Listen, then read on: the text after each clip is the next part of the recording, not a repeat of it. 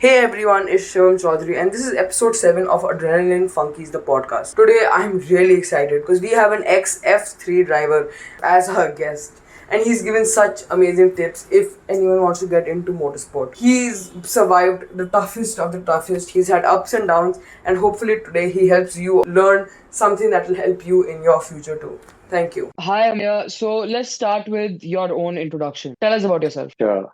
First of all, thank you for having me. Yeah. So I am Ameya Vaidhyanathan, and from 2015 till 2020, I was a racing driver, competing in events all around the world. I started off in the UK, and then I ended up finishing in Japan. Fortunately, the pandemic happened, and due to various factors, I just couldn't continue. But yeah, very, very lucky to have done what I did. And it's just Great. really inspiring. Of course, you're most known for your crash, and the way you came back from that. I was looking at the footage. I can't believe how you got back. There was no halo on your car as well. Great. I'm just it's incredible. So first, let's start in your childhood. What first sparked your interest in motorsport? Pune, and then I actually grew up in this island called Bahrain. I guess it's more Oh, famous now Bahrain. because, Oh, yeah, wow, yeah. it's probably more famous now because F1 goes there, so people know about it. But Yeah. yeah, it's like a dot on the map.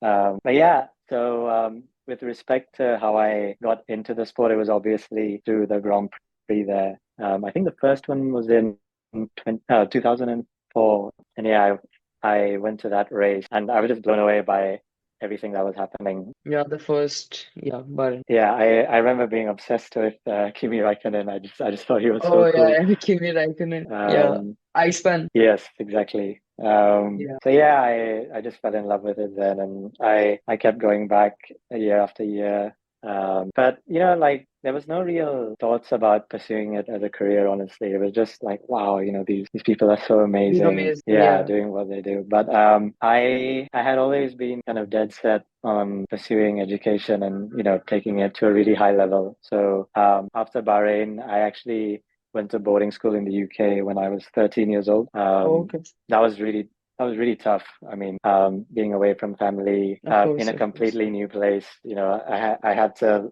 learn a lot on my feet, so to speak. Luckily, I had my older brother there first, Oh, so okay. that was a really Yeah. good cushion. But yeah, a lot of adjusting to do. And I think since that point, I had been in the UK since, if that makes sense. So like, I graduated Yeah. in the summer of 2014, and literally a week later, I started preparing to be a racing driver. Oh, wow. So, were there any specific moments in your childhood or, after college? Like, why did you decide to then go for racing? So there was this documentary that came out in 2011 about Ayrton Senna. I don't know if you've seen it. Yeah, yeah, Netflix. Yeah. Right.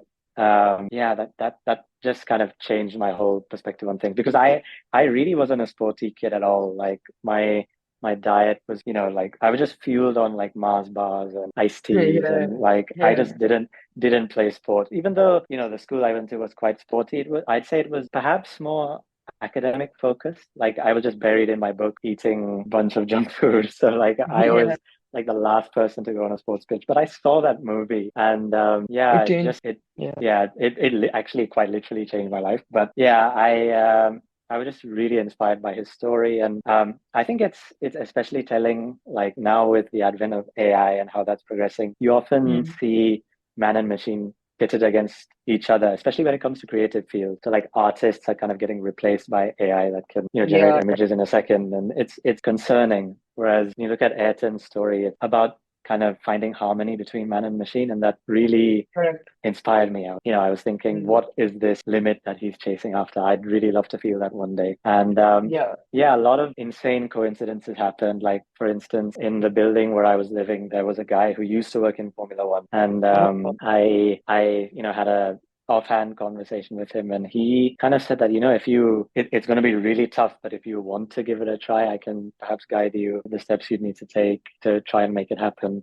And at that point, I'm not sure how many people know about this, but conventionally people start racing in karts when they're like 4 or 5 years yeah. old, When they're very, very young. very young. And I had no experience, let alone like I wasn't even a sportsman. So I had a lot of head scratching moments, and Yeah. it was a real Yeah, leap of that makes faith to sense. kind of I kind of went back to him and said, Yeah. you're giving me this chance. I'd be stupid not to take it. So let's just go all in. Correct. Yeah. So, did your family support your passion for racing during when you decided to change? Like, imagine going to college for all that time, not even thinking about Formula One, and then watching like a movie, and just changing your whole mindset. How did your family react to that? And just a point I want to make: how did Senna make you want to drive? It's about Senna who dies while driving. That's a really good point. I don't think anybody's ever brought that point up before. So good on you for asking me the tough questions. But yeah, luckily I came from a very supportive family. Like they were fully behind. Of course, like my mother, she was a little apprehensive because of how dangerous the sport is. Yeah. But she had faith that I would kind of approach it sensibly. I had good people around me, Correct. and Yeah. yeah. So, and my father, he was all for it as well.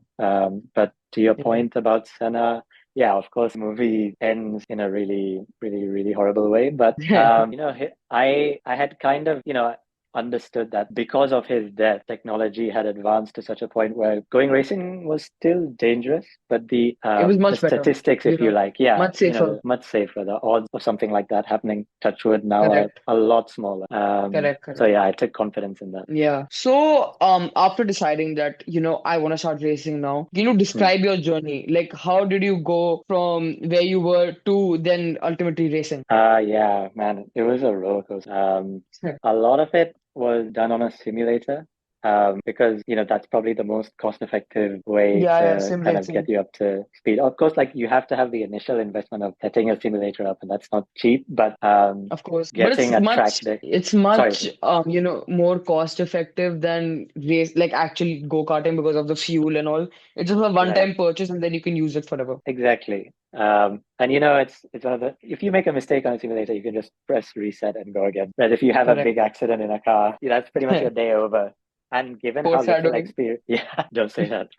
But yeah, I just needed that buffer to kind of get myself up to speed. So I spent months and months just driving lap after lap, trying to learn the basics of, when to turn in, when to pick up the throttle, how do curbs affect the car, just things Correct. like that. Of course, it's never going to be one-to-one. Like even the best F1 simulators in the world can't replicate in real time what's happening on track. That's just a fact because of how nature works, right? Like the slightest pickup Yeah. in wind will completely change the car balance. Yeah. Oh, yeah. Correct. But at least for the fundamentals, it can give you a pretty good idea. So I spent a few months doing that, and then I had my first test in a go-kart, which was a pretty brutal experience. Like it's not like your regular arrive and drive go-karts. This is like a Correct. proper Yeah. racing go-kart. And just to paint a picture for what people, for the people who haven't sat in one, doing a day in a go-kart like that is so physical that it sort of feels like you're on the losing end of a boxing match. Just to put it in Yeah. perspective, Correct. like Yeah. you get absolutely battered from going around in one of those things. So yeah, I experienced that harsh reality, and then a couple of weeks of doing that, I then kind of graduated into a tin top. So basically, like just like a normal saloon car Yeah. going around Yeah. the track, and yeah, that was really difficult. Like the fear factor just kind of gets multiplied by 10 when you're approaching corners much faster. Yeah. Yeah. Yeah. You have less margin for error. Yeah, that was really frightening. Like it took a while to kind of get over it. Correct. So, how did you prepare for your debut in Formula? I think it was Formula Renault 2.0 NEC series. I'm pretty sure. How No, it did was you actually prepare for that? it was British Oh, Formula 4. Man, oh somebody is yeah, yeah. spreading a lot of misinformation. But No, I saw it on yeah. your Wikipedia. So, Oh, is it? Okay.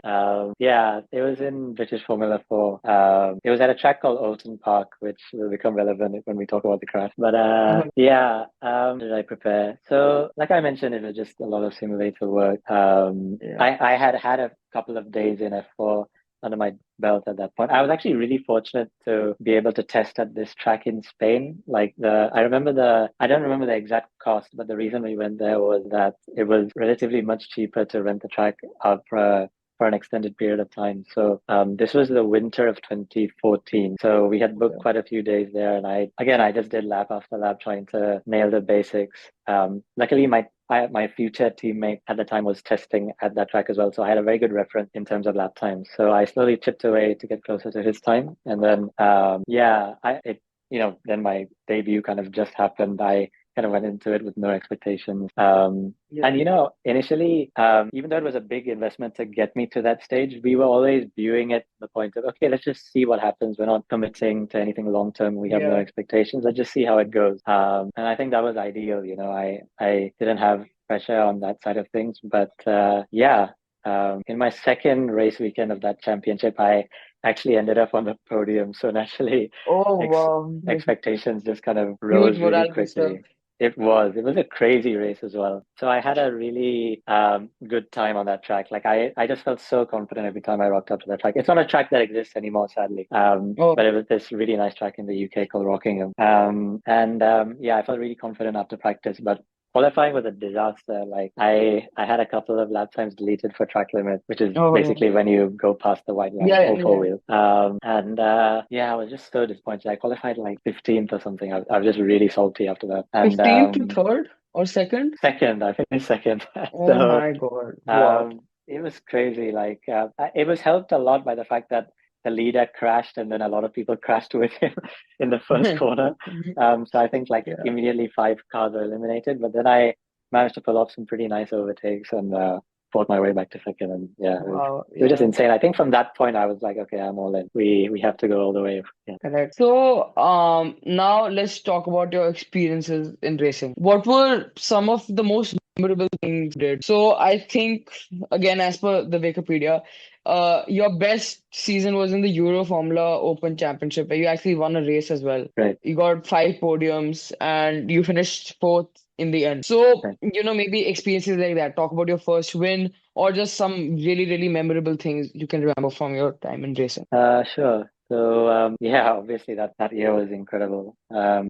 Just speaking to my first win, I had a really good first round of that championship. Like we had already gone into it with a lot of expectations because this was my second year doing that championship. And Okay. if you look through the scale of my career, that's the only time that something like this had happened. And Yeah. so I really, felt a lot of momentum behind me because, when you start so late, I kind of one big mistake I felt with how my career panned out was there was always this kind of impetus to kind of rush through the rank. And if I had a second stab at it, I would have preferred to kind of take my time, get to know the formula a bit better before moving up. But Yeah. anyway, that's a separate point. So this was my second year in Euro Formula Open. So I went into it with the expectation to win races, fight at the front. And yeah, like I said, the first round went really well in Portugal, and then we arrived at Spa with a really fast car. Friday had been really tricky for whatever reason. Like I just didn't feel at one with what I had underneath me. There was a lot of back and forth with my engineer about the car setup, and yeah, we were just kind of lost, to be honest, on Friday. So I went to bed that night thinking, just let's put that day behind us. Tomorrow's a new day, new opportunities, and qualifying went a lot better. I qualified second. And in Spa, Wow. for people that don't know, it's notorious for its the slipstream effect. So Yeah. Eau Rouge. Yeah. right, on that straight, it really helps if you have a car in front of you to kind of drag you along and increase your straight line speed. So strategy for qualifying is quite important at Spa. And luckily, I was really lucky with my track position and I managed to get a toe and, qualified second. But which at Spa, it's a bit of a lottery. You can qualify at the front, but then people can overtake you from behind because of the slipstream. Correct. So I knew that if I got into the lead, every lap after that lap needed to be a qualifying lap to break the toe. And luckily, that's exactly what happened. So I got past the leader, and then I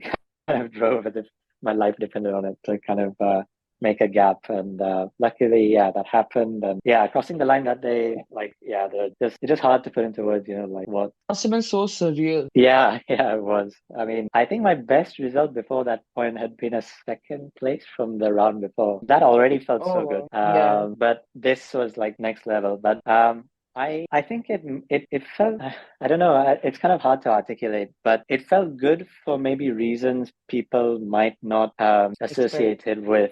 So like it Yeah. wasn't to do with like articles being published about, oh, this guy had just won a race or like the fame that comes with that. It wasn't about that at all. It's just about what it does to the team. I think there's a Yeah. common misconception that racing is an individual sport. Like Oh, what? it couldn't be further from the truth.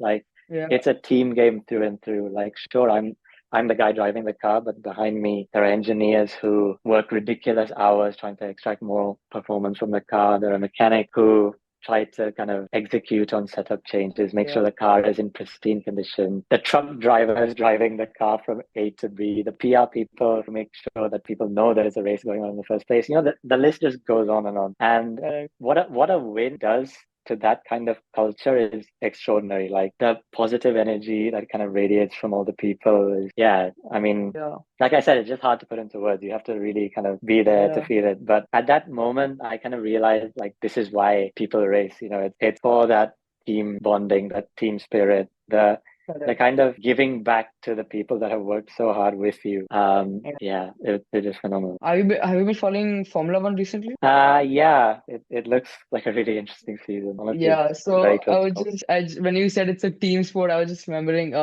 what Lando's radio said, the way to win a championship, not by yourself, it's with the team. You're gonna need Right. Oscar, you're gonna need everyone with you. So you're 100% right when you're talking about how F1 is a team sport. So Exactly. just Yeah. yeah. So you also competed in Formula 3 amongst many notable names. Lando Norris, Jehan Daruvula, Nikita Mazepin. Well, he's not that famous, but Filip Dragovic. And what was that season like for you? It was so tough. Like I had no words to describe my win. I have no words to describe how difficult that was. But no, I'll do my best. Ups and downs. No, I don't think there were any ups, to be honest. No. Like as sad as it is to say, like it was just so brutal. But I mean, there were up in terms of the lessons learned, but in terms of objective results on track, it was really painful, Shivam. I'm not gonna lie to you. I tested the Formula 3 car in like halfway through my Euro Formula season, and it was a really difficult test day. Like I just couldn't really extract what the car was asking me to do, and like I honestly felt like that car was driving me rather than the other way around. And every day in that car was just very difficult. But actually, you talk about ups and downs. One big up to that season I felt was that I never gave up. I genuinely can say that I gave 200% to try to get down to what was stopping me from extracting performance. And like I said, I wanted to do it for my guys. Like I had that horrendous crash in Norris Ring, and that was a real dark moment in my life, where, everything just felt like it was over. But it was the team that kind of dragged me out of that. My teammates, they encouraged me to keep going. And I did, it would have been so easy to quit, then and there, but I just owed it to myself, to these people, to kind of get down to the bottom of what was happening and keep showing up. I didn't want to just participate. I wanted to win races, fight at the front. And not being able to do that was really painful. But I'm kind of proud that as a team we worked so hard to try to get that back. Oh, yeah. So, of course, you're completely right. When you're driving, you have to be in sync with the car. And sometimes it just doesn't pan out. But again, it's all about giving your 200% in everything you Right. do. And if you did that, I think that's the best thing that could have come out. Thank you. So, now let's talk about the elephant in the room, the crash in 2018. Can you share your thought? How did it affect you? And more importantly, how did you walk away from that? It was really unpleasant, to be honest. Like I said, I had been struggling all season, getting on top of the car. We arrive at Norris Ring, and every weekend I kind of went into the mentality of wanting this next session will be the session where we turn things around and get the ball rolling. So I can't remember. It was race one, I think, or was it race two? Anyway, I'll just tell you what happened, and then my reflections afterwards. So I had like an okay-ish start, but I had a very poor qualifying. So I qualified somewhere near the back, like around 20th or something. So there are a lot of cars in front of you when you're starting that far back. So I got off the line. That all happened as normal. But then I noticed that a guy who had started behind me was kind of gaining on me. And I initially saw him in my rear view mirror, but then we were side by side. And my focus was sort of on him at that point. It hadn't even occurred to me that a car had stalled in front of me on the grid. And it's a really bad mistake to make when you're a racing driver. Your eyes should always be forward, and you should rely on your peripheral vision to kind of take care of what's happening around you. And for that split second, I kind of switched off and I was focusing on the guy next to me when I should have been looking forward. And I didn't see Dan, who had stalled in front of me. And luckily, I saw him like kind of a few hundredth of a second before I actually hit him. So I don't have the onboard video with me, but you can see from my onboard that I turned slightly slightly left to try and avoid him, but by that point it was too late. Luckily, had I not turned, I think it would have been a far worse accident for the both of us. But yeah, the cars kind of took the brunt of the damage, and yeah, it was just awful, Shivam. Like looking at that back and how big of a mistake that was, because that was Formula 3. It wasn't, some small championship. Like, you have the eyes of the world kind of watching, and when you make a mistake on such a big scale, obviously it carries with it very big consequences. So the fallout of that accident was really bad. Not so much in terms of what the articles were saying, or the kind of, so Yeah. right. So from my onboard video, you can see that I turned slightly left right before I hit Dan. And had I not done that, I think it would have been a far worse accident for the both of us. So luckily the cars took the brunt of the damage. So that, I guess, that's one saving grace. But yeah, it was just awful. Like, looking back at that replay, like, just again, back to the team. They had prepared the car so well. I felt really bad for them, and it sure, there was like really critical articles of my performance, and a lot of negative comments on social media. That felt bad, but it pales in comparison compared to how much I felt like I had let myself down, my team down. So yeah, it was just a very, very, very dark moment. But like I touched on previously, thankfully it was those very people that kind of encouraged me to keep going, and dragged me back out. I spoke to Dan personally as well, and we had a good exchange. So yeah, Yeah. just one of those things. Yeah, must have been, a real eye opener, just being some like part of that. And the fact that you were thinking about your team more than yourself just shows how selfless you are. You're thinking about, what did this do to the team? What did it do to the other person that was driving with me? And not about how you really crash yourself and it was like a really bad position for yourself thing. So, to change the topic, why don't we talk about the current F1? Okay, sure. Okay, so McLaren, what do you think is going on with them? Something good. I feel like they've found a lot of speed this year, and I really don't think it's too late for them to kind of claw back both championships. Obviously you can never count out Max. But yeah, I think Red Bull have their work cut out for them to get back to the top. So yeah, I honestly think it's going to go down to the wire. I agree with you, but again, I don't think McLaren's going to win the Drivers' Championship, mainly because of the team order situation. What's going on is that they have two number one drivers, and really, that's not something which, helps both of them. It turns up into being a rival. Nico Rosberg and Hamilton, for example. If you pair two of the best drivers, it'll always end up being a rivalry. Even like in Imola or sorry, Monza. They could have easily switched Piastri and him on the last lap to give him the extra points, but they didn't do that. I think losing little points like that can really affect him in the long run. Right. No, that's a very valid point. Yeah, they certainly need to get on top of that. But I sort of have the belief that they will. Like, I don't think they're that successful a team for nothing. And Yeah. yeah, I think it's something they can overcome. Yeah, that's fair. I think if they get their mindset right, they could do it. Right, exactly. Yeah, so who's your favorite driver on the grid currently? Like, who do you think could be something big or you already like? Honestly, like, having been on this side of the motor racing fence, it's a little weird being a fan. But like you touched on, like, I was briefly teammates with Lando at one point in time, and I also had a really close relationship with his trainer. So, naturally, I am rooting for him. I hope he does really well. I also did spend quite a bit of time with George Russell. So Oh, yeah, I always kind of root for the two of them to have good results. Naturally, because both of their cars are quite competitive now, that might be a bit awkward between them. But I'd say if I had to choose, then it'd probably be those two that I keep an eye on. yeah, that now let's look at something outside of racing. What are your other passions, or how do you unwind and relax yourself outside of racing? What are some of your passions? How do you unwind and relax? And maybe like a fun fact about yourself that many people not.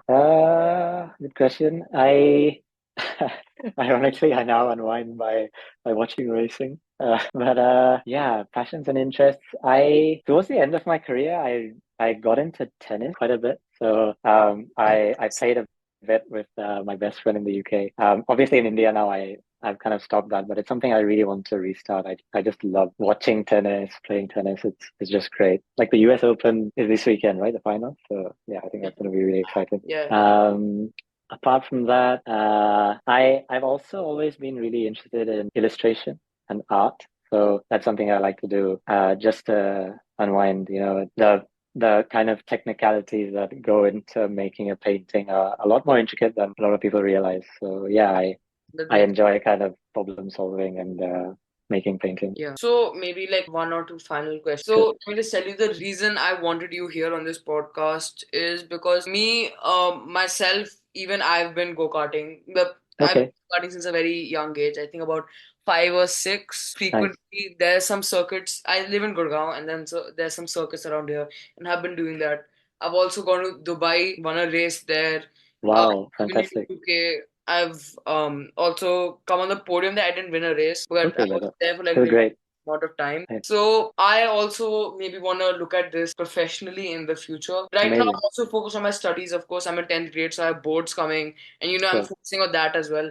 But this is also one of my main interests. So anytime maybe I'm not studying or I'm not talking to my friends, I would be talking and researching about F1, how I can go faster in go-karting and stuff like that. So what advice would you give to young aspiring racers that look to follow in your Wow. First of all, congrats. Really glad to hear about your results. What advice? You know what? All things considered, I want to just touch back on 2018 quickly, and I actually think it was a really important year for me, not just in my racing career, but in my life because of the kind of life qualities that it taught me. And looking back at the main lesson from that year, it was to not, it was, to kind of have the confidence and not be scared of asking for help. I think that that's something that racing drivers in particular, they often have quite large egos, and asking your teammate for what he's doing in this corner, it can be quite. I don't want to say embarrassing, but you know what I mean. Like it's Yeah, you yeah, you kind of want to seem like you're the top dog and you've got it all figured yeah. out. But I'd put your ego at the front door and ask for help. I think you gain so much from learning from guys who are performing at the top level that it would be a shame to not capitalize on that and learn something. So yeah, don't be afraid to ask for help. Not just in racing, but also in terms of mental health. I think racing can just take so much out of you, and if you kind of bottle it up inside, when results aren't going your way, it can feel like the world is a very, very lonely place. But it's very important to reach out and kind of get stuff off your chest and process what you're feeling, really. I think that's something that athletes in general should start embracing and doing more. And it's great to see that, at the top, there's Lando speaking very openly about mental health. So I think young drivers have a lot to learn from. Correct. I think you're making a lot of sense. A lot of drivers, of course, are egoistic. And it's helpful at times, but also being in touch with your emotions is what makes you a better driver. For sure. Yeah. So today, I think that's going to be the end. We've talked about your racing career, your challenges, how you got into racing, how you overcame, of course, that race, but also difficult results, how you bounced back. And, I think it can inspire a lot of people. There's currently not a F1 Indian driver, and I think in the future that is something that's going to happen. Of course, growing population, but also F1 has become so popular in India nowadays. People are also saying that the Budh circuit is going to open for F1 races again.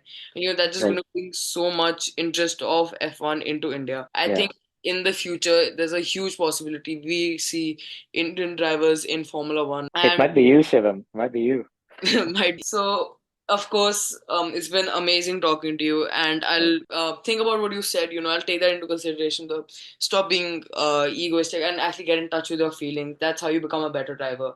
And I think you're right on. So that's all Right. for today. Thank you Oh, so thank you much so for much. being here. It's been so great interviewing you. Oh, And thank you. yeah, Thank you so much for having me. It's honestly, it's a real pleasure to have an opportunity like this. And all the best for your podcast. I really like what you're doing. So yeah. I'll keep an eye out for future episodes. So this podcast is also about ordinary people who have done extra. And I could say that you were seemingly ordinary until you decide to go into racing, and then you do something extraordinary, which is again what this podcast is all about. Thank So you. the reason I made this podcast as well is because back in I think last summer 2023, I actually went to Everest Base Camp and I Wow, played tabla there. And amazing. I got a world record doing that. And before that, I was doing nothing of the sort.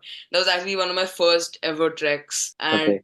I was mainly focused on other things. The only reason I actually went was because I was egoistic. It's a long story, but long story short, it was in the school. The team was selecting some students to go to EBC, and I didn't get selected. And then my dad was like, you can't do it. That's why you didn't get selected. And I'm like, I want to prove to you that I can do it. So I ended up Right. doing Okay. Amazing. Oh, sorry. Don't get me wrong. I feel like ego definitely has its place. Like you need to believe you can deliver the good and back yourself. But I feel like there is a point where it becomes being egotistical becomes detrimental, and you need to be very self-aware to kind of stop yourself at that moment and get help. Is what I'm saying. Yeah. So yeah, that's gonna be all for today. Thank you so much. Okay. Great. No, it's been really nice chatting with you.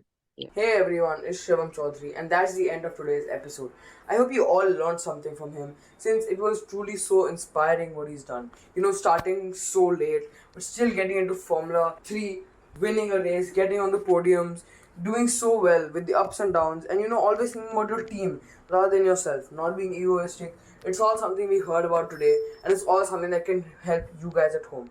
Keep on practicing, and if you guys want to follow in his footsteps in motorsport, be sure to follow his advice, as it can help you a lot.